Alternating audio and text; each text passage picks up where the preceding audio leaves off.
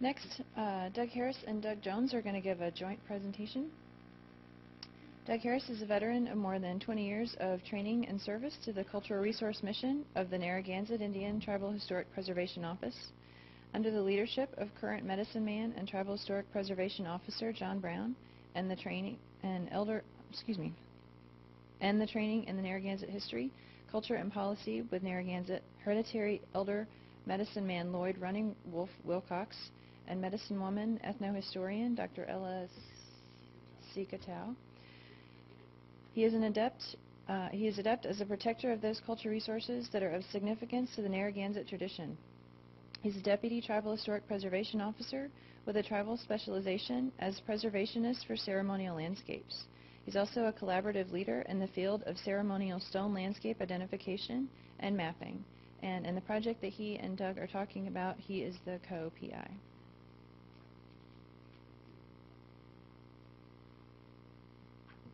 I'm glad you had to say that because now I don't. Tricia, where are you? Thank you. I'm honored to follow all of what you had to say. Thank you so very much. And you create a model for what I need to be saying in the future as we study more and commit more to what we have to protect. So thank you very much.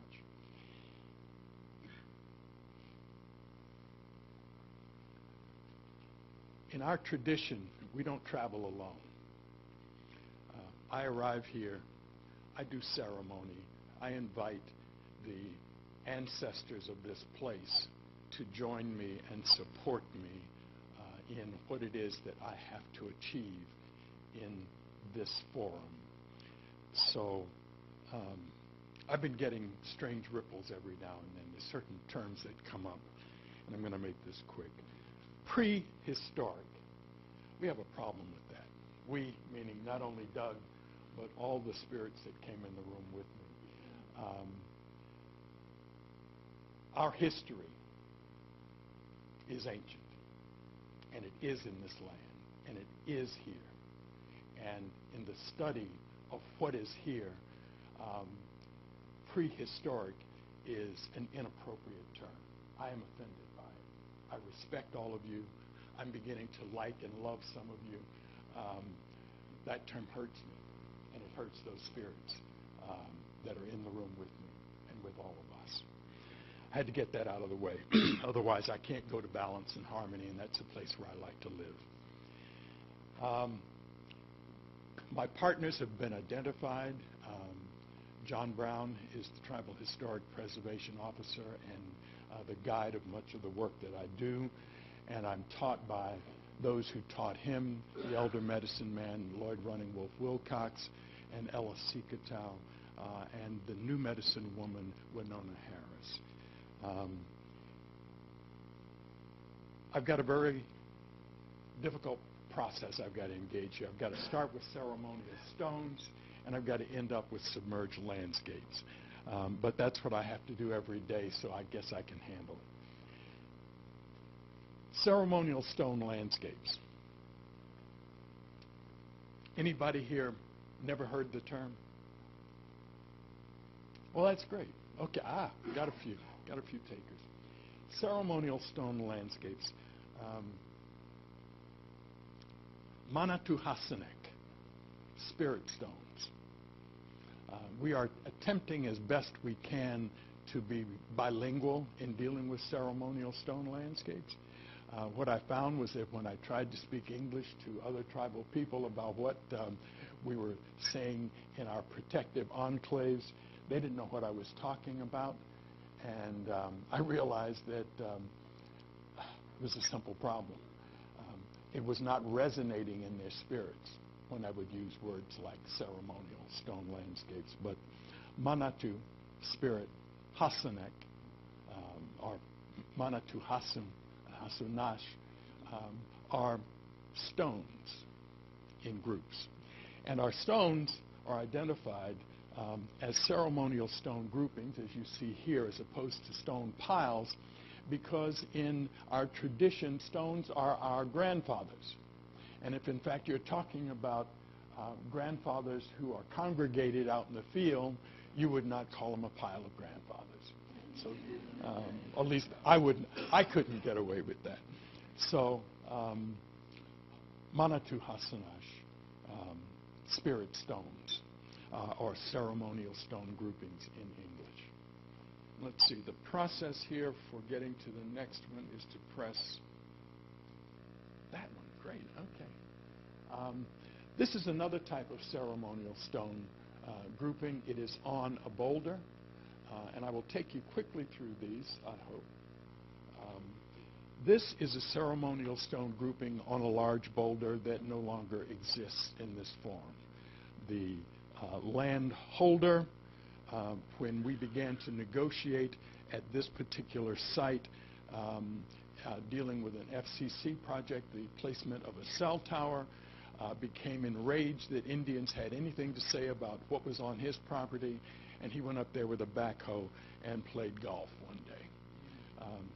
Ultimately, he apologized for that, but by that time, it had been determined by FCC that there would never be a cell tower on his property. It could not be licensed. Ultimately, we went back and we renegotiated, and there is now a cell tower.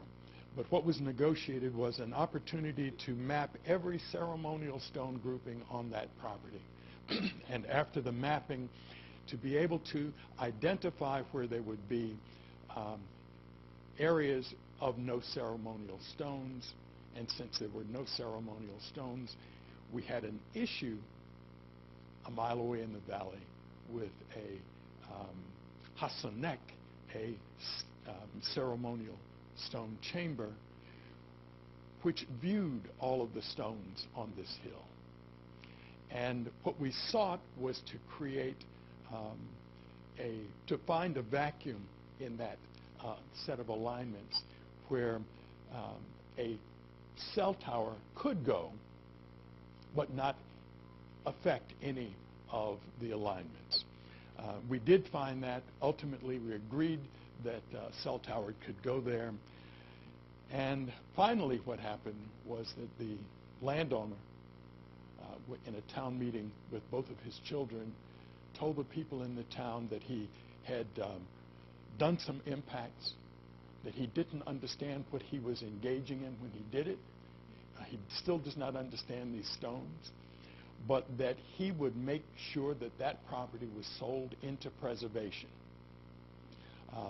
And it only took 2 more years before we were able to acquire the funds to buy the property from him. So the Narragansett Indian Tribal Historic Preservation Trust now owns that particular ceremonial stone landscape. Those stones, though, are no longer in place. This is an adjacent piece of property, and this is a shadow casting stone in an array of stones. And that Okotoks, as it is called in the Mohegan language, we have not done the ground truthing yet to confirm whether or not the shadow casting is by sunlight or by moonlight. But we have identified that that's what it is. This is one of the effigy figures that we have, and if you're not familiar with the animals of our region, that is a turtle effigy. And you can see there a head, the carapace, paw, a paw, and another paw. There's also a tail in the rear.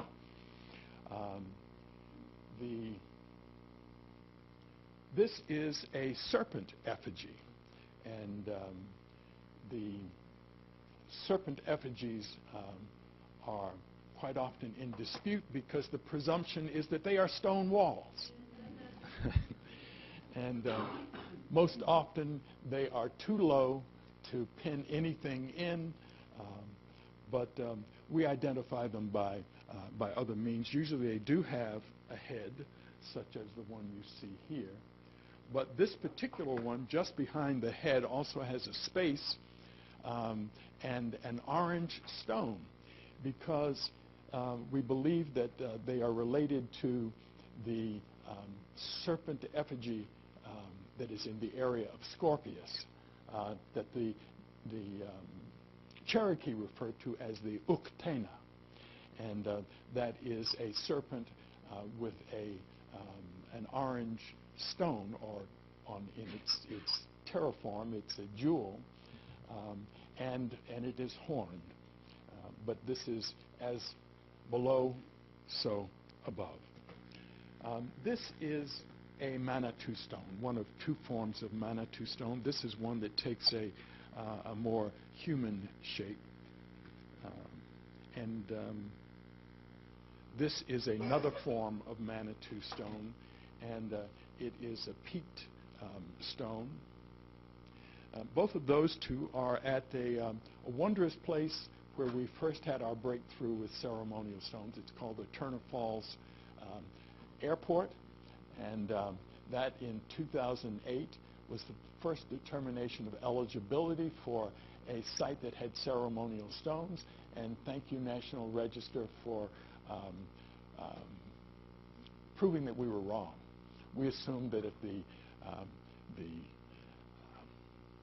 Federal Aviation Administration teamed up with somebody in Washington, D.C. to make a determination that we didn't have a chance.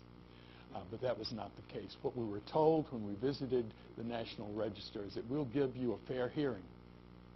We will give you a fair hearing. And a fair hearing is what we got, and as a result, in December of 2008 was a National Register determination, much to the displeasure of the state archaeologist of Massachusetts, whose opinion was also published. This is also on that same hill, and it is a stone row. And this is some of the stones have been knocked down, but this is an oval stone at a break, and this is another oval stone at that break. And off center is this stone, and that creates a triangle. And if you stand on the base of this triangle, you are standing perpendicular to Mount Pecumtuck, 15.5 miles away. And August 11th, 12th, 13th, in that time frame, the sun sets in a notch on Mount Pecumtuck, 15.5 miles away. And it was that evidence that we presented to the National Register to say that this is a place of ceremony. This is a ceremonial calendar. And our ancients, for all of their proper reasons, identified this as a ceremonial calendar. And what do we find coincidental with it? This is the highest concentration of the Perseid meteor shower. It happens at this particular time when the sun sets in that notch. Coincidental with that, the Narragansett, who now are in the 340th recorded year of an annual August meeting, an August celebration. Some refer to it as a harvest celebration. It happens coincidentally at this time of year, and one of the key elements in it is an acknowledgement of families who have lost loved ones during the year. And they come into the circle from the northeast and dance around toward the southwest.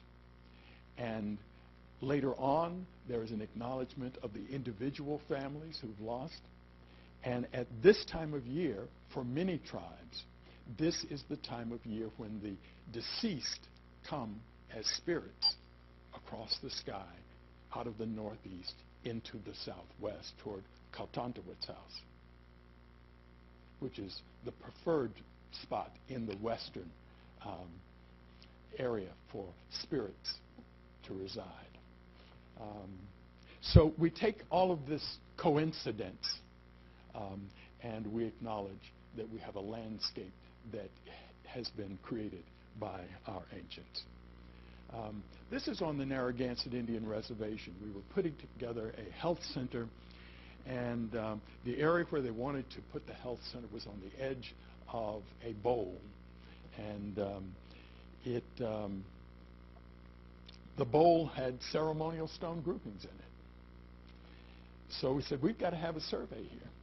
And at that point, we had developed a system of survey, and that system of survey was developed from the Turner Falls Airport experience when we went to our elder medicine man and we said, we're not going to win this one. It's clear that the Federal Aviation Administration and the town are mounting a battle, and what do we do?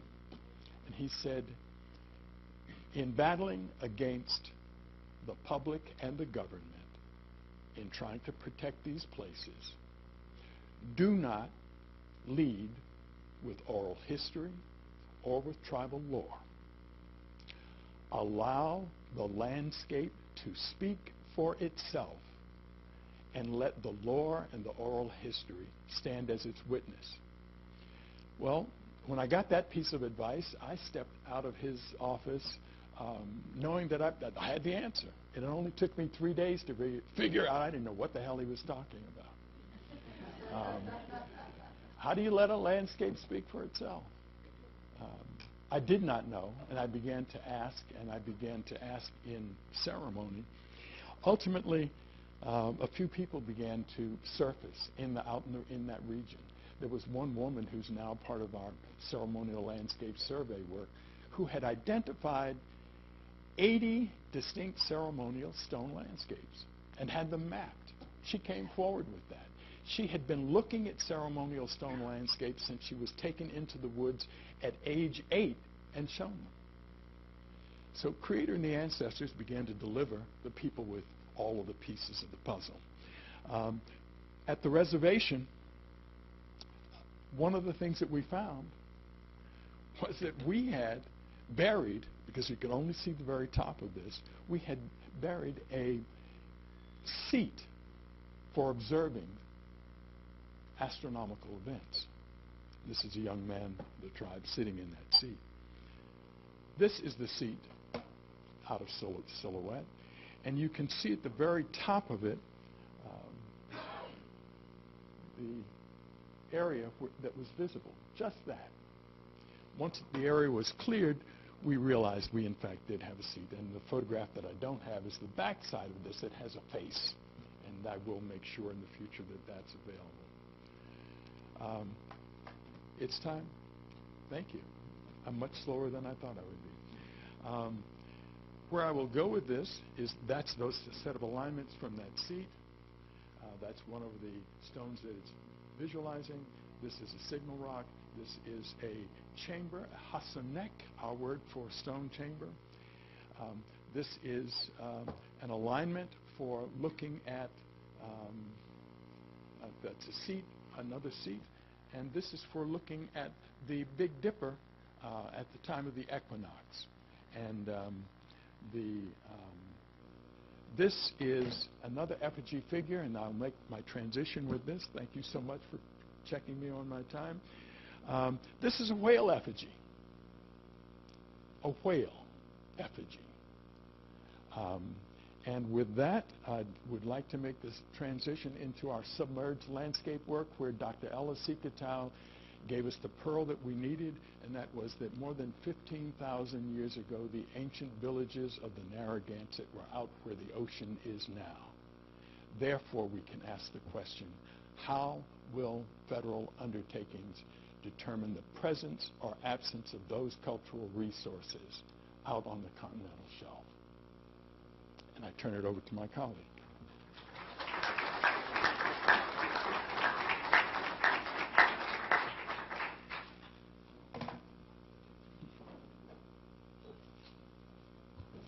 Thank you, Doug. Doug Jones is a senior marine archaeologist for BOEM's Gulf of Mexico region. He's been with BOEM for 5 years and worked as a professional marine archaeologist for 14, with a research focus on mid-19th and mid-20th century shipwrecks and general Gulf of Mexico maritime history. He received his MA from ECU, Maritime Studies program, in 2007. His current responsibilities with BOEM include Section 106 reviews of BOEM permitted oil and gas development and marine mineral extraction activities, oversight of archaeology studies funded through the agency's Environmental Studies program, scientific diving projects in association with BOEM studies and interagency partnerships, and regional and tribal consultation liaison. Thank you, Val. Thank you, everybody else, for allowing us to be part of this today, and thanks, Doug, for giving me a hard act to follow there. Doug's presentation did provide an eloquent illustration of one of the primary objectives of the project that I'm going to be discussing, which is how do we as federal regulators, federal agencies, utilize that vast tribal knowledge to the extent that we're allowed to be included in that tribal knowledge towards our regulatory responsibilities. Or from an archaeological perspective, how do we move past the conceptual or theoretical approach of maritime cultural landscapes towards actually finding and identifying and managing these sites offshore during our Section 106 process. As I think Brandy said yesterday in her talk, how do we move past simply avoiding potential paleo landforms that we observe in the geophysical data and approving or denying OCS development projects based on an assumption of what may or may not be present rather than based on actual real data on that presence or absence. So towards that end, in 2012, the Bureau of Ocean Energy Management entered into a cooperative agreement with the University of Rhode Island Graduate School of Oceanography and with the Narragansett Tribal Historic Preservation Office to develop or to fund a study titled Developing Protocols for Reconstructing Submerged Paleocultural Landscapes and Identifying Ancient Native American Archaeological Sites in Submerged Environments. Or, since that doesn't fit on a PowerPoint slide, just the Submerged Paleocultural Landscapes Project. The study is being co-PI'd by Dave Robinson and John King at the University of Rhode Island and by Doug Harris at Narragansett. And the BOEM technical lead is Brian Jordan, who I'm sure most, if not all of you, are familiar with. He's our headquarters archaeologist and federal preservation officer. Unfortunately, he wasn't able to be here this week, so he asked me to give a brief overview of this project in his place. Before I do, I'll back up a little bit, and I know we showed this slide once or twice yesterday, but to go over a little bit of our BOEM program. We manage offshore energy development for around 1.6 billion acres on the outer continental shelf. Our regulatory program is split up into three separate program areas: oil and gas, renewable energy, and marine minerals, which is essentially sand and gravel extraction for coastal restoration projects. And underlying and supporting all of those three program areas is a fourth program area, or fourth program office, which is the Environmental Studies Program. This program is mandated by the Outer Continental Shelf Lands Act, which is the underlying federal legislation that gives the Department of Interior responsibility over OCS energy management. The mission statement of the Environmental Studies Program is to provide the information needed to predict, assess, and manage impacts from offshore energy and marine mineral exploration, development, and production activities on human, marine, and coastal environments. It's another mouthful, but essentially this program is a funding mechanism whereby our agency can conduct sound scientific studies, the results of which are then fed back into our decision-making process for all of our regulatory program activities, again, oil and gas, renewable energy, and marine minerals. Since the 1990s, BOEM has funded more than $14 million in archaeology-related studies nationwide. Several of those studies have attempted to answer some of the questions we've been talking about over the past couple of days, namely trying to model paleo landscape recreations along all of our coastlines. In the Atlantic, we had a recent study in 2012 to study and inventory and analyze both ancient and historic archaeological sites or archaeological site potential along the Atlantic OCS. That study built on a few previous studies that cover the entire Atlantic coast dating back to the 1970s and early 80s, one that covered from Florida up to Cape Hatteras and then Cape Hatteras up to Maine.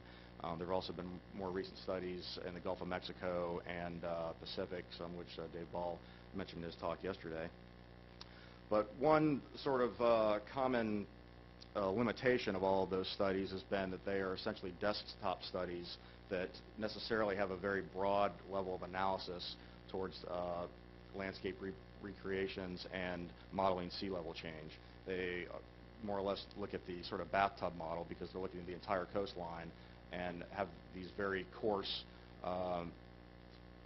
hypotheses or models about what site potential looks like on the outer continental shelf, because they were looking at such a broad area.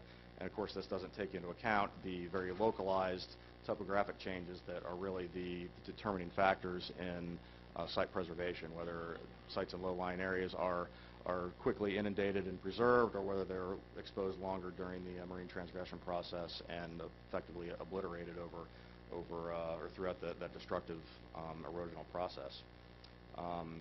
As one example that came up in this study that John King had pointed out one time, and something that I, particularly as a shipwreck guy, had never really thought about, but as sea level rises, so too does the surrounding water table. And so the project area that's being studied here off the coast of Rhode Island, as the sea level rose relatively rapidly between 15,000 and 6,000 years ago, you also had a corresponding inland water level rise where inland lakes were expanding, or in some cases being created. And then as those continue to expand, you had a subsequent wider area that was attractive to Native American use. And then again, as those lakes continue to expand, that those sites would be covered and theoretically preserved and protected in a fairly benign flooding environment, so that by the time that the saltwater intrusion actually happened several thousand years later, those sites might be still intact. But those are the kinds of sort of higher resolution data that our previous studies were not able to capture. And additionally, those earlier studies also did not include any fieldwork components to attempt to ground truth the modeling conclusions they were coming up with, nor did they incorporate tribal oral histories or include tribal partners in the research designs. So those are all limitations that this current study was attempting to address, namely by bringing together scientific knowledge from archaeologists and geologists along with tribal knowledge and perspectives to create a best practices approach that can be used by government resource managers to identify and evaluate submerged paleocultural landscapes and any preserved sites that they may contain. Let's get the study earlier, but I'll just briefly go over the specifics of the study. It's a fairly straightforward research design. There were 4 primary study areas, beginning inland and nearshore areas, and then moving in a more or less linear transect out to the OCS. The first area is up in the north part of Greenwich Bay, specifically Gorton Pond and Cedar Tree Beach, which is an area in North Greenwich Bay that has an abundance of Native American artifacts, points, and flakes that have been washing up on the beach and being collected by locals for decades, going back. The artifacts themselves go back to at least 9,000 years, I believe, if not a little bit older than that. The second study area is off of Block Island. We're looking at some analogous sites on the western side of the island. Third study area is called Mud Hole, which is one of these former freshwater lakes that is there east of current Block Island. And finally, the Rhode Island and Massachusetts area of mutual interest, the large red box in the lower right. Again, it's an area of mutual interest for potential offshore renewable energy development. The PIs for this study have outlined a desired best practices approach that has at least initially taken a sort of 5-step process towards looking at these sites. The first is a paleo-environmental reconstruction of known preserved landforms and preserved archaeological sites in the inland environment. Moving on from that data to a predictive modeling of site locations based on seismic data offshore. Then integrating both tribal and non-tribal oral histories into that predictive modeling. Then to take that merged tribal knowledge with the remote sensing data, with the archaeological and geological data, and reconstructing potential submerged paleo landscapes. And then finally to ground truth those areas with the hopes of identifying sites and moving on into excavation.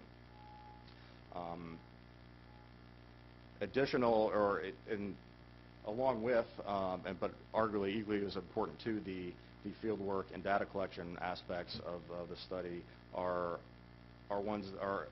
objectives that are aimed more towards the interest of tribal coordination that was at the heart of this study.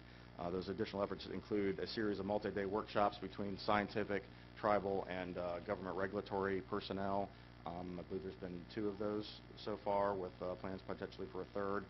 Those meetings are intended to come to, or at least have a discussion on mutual needs between all the parties and everybody's recommendations for best practices, what works, what doesn't work, what everybody hopes to see out of this project, what are the next steps that should be taken.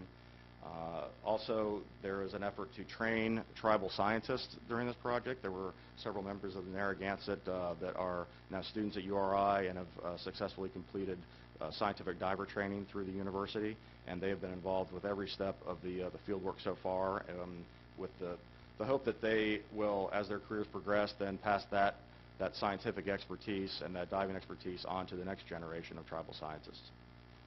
And finally, there is a documentary film that's being developed throughout this process as well, and I'll show a short clip of the most recent year 2 video of that here at the conclusion. I think I mentioned this is a 4-year study. We're currently just wrapping up year 3. The first year was focused on the Greenwich Bay part of the study area. I'm almost done. There was basically coring and diver excavations up in Greenwich Bay, along with some geophysical magnetometer survey. Year 2 was, that was year 1, and year 2 was focused on that area. Year 3, we spent some time off of Block Island. There was State of Rhode Island and archaeologists with the Mashantucket Pequot have been doing some work, terrestrial work on the island following Hurricane Sandy that's exposed a lot of paleolandforms on the island itself, and recently noticed that there were some in situ trees in their original growth positions and some exposed peat layers that were extending out west of the island in the surf zone. So we went back out with Dave Robinson and the tribal divers this past summer to do a preliminary mapping of how far that landscape extended out into the water. We mapped about 40 to 50 meters before it was covered over by the sand. And there was cultural material that was preserved in that peat layer, as you can see in some of those photographs. I believe for year 4, next year, the plan is to do a little bit more work on mapping the area in Block Island, and also do additional coring and AUV surveys in the OCS areas of the study, the mud hole and the AMI. So that's pretty much it. I'll just conclude here with a short clip from the documentary I mentioned. It's about 2 minutes long, and this just will let you hear for yourselves from the words of some of the tribal participants and partners that we've had, and what they have gotten out of this project and hope to see moving forward. But I don't only do this for myself. I do this for my tribe. I do this for my ancestors. I do this for my son. I do this for my daughter. I do this for the generations to come. It's very important to me because I'm very passionate about the people and obviously the ancestors. It is a legacy for all tribes, because it's not just my people, it's all of us. We're all one. And if it's important to us, then Indian countries should find it important also, and maybe look into it. And if they saw the things that we have found, they'd understand that. The scientific and the research, all that, you usually don't find and connect with the spiritual and cultural world. So what we're doing is we're out in the field searching for those things. Those of us who are doing the excavation work aren't just non-tribal scientists, but also tribal scientists. They're the ones who are doing the majority of the excavation work to identify cultural materials within them, and are really taking an active leadership role in the day-to-day operations out on site. We've got young people that we're working with who, for some of them, this is their first opportunity at managing and directing work in and underwater. And this project, because of the benign conditions that we're working in, it's close to shore, the water is quite shallow, it's a perfect opportunity, it's a perfect classroom for training the next generation of underwater archaeologists who are also tribal archaeologists in the work that we're doing. These young people who we're training, it would be my hope that with the inspiration of the ancestors, They will reread the laws that we have read, and they will interpret the nuances that we may have not yet interpreted. And they will push the law to better serve tribal historic preservation. Sorry, that's the end of the audio. Sorry about the lag there. This computer didn't like that video. Thank you.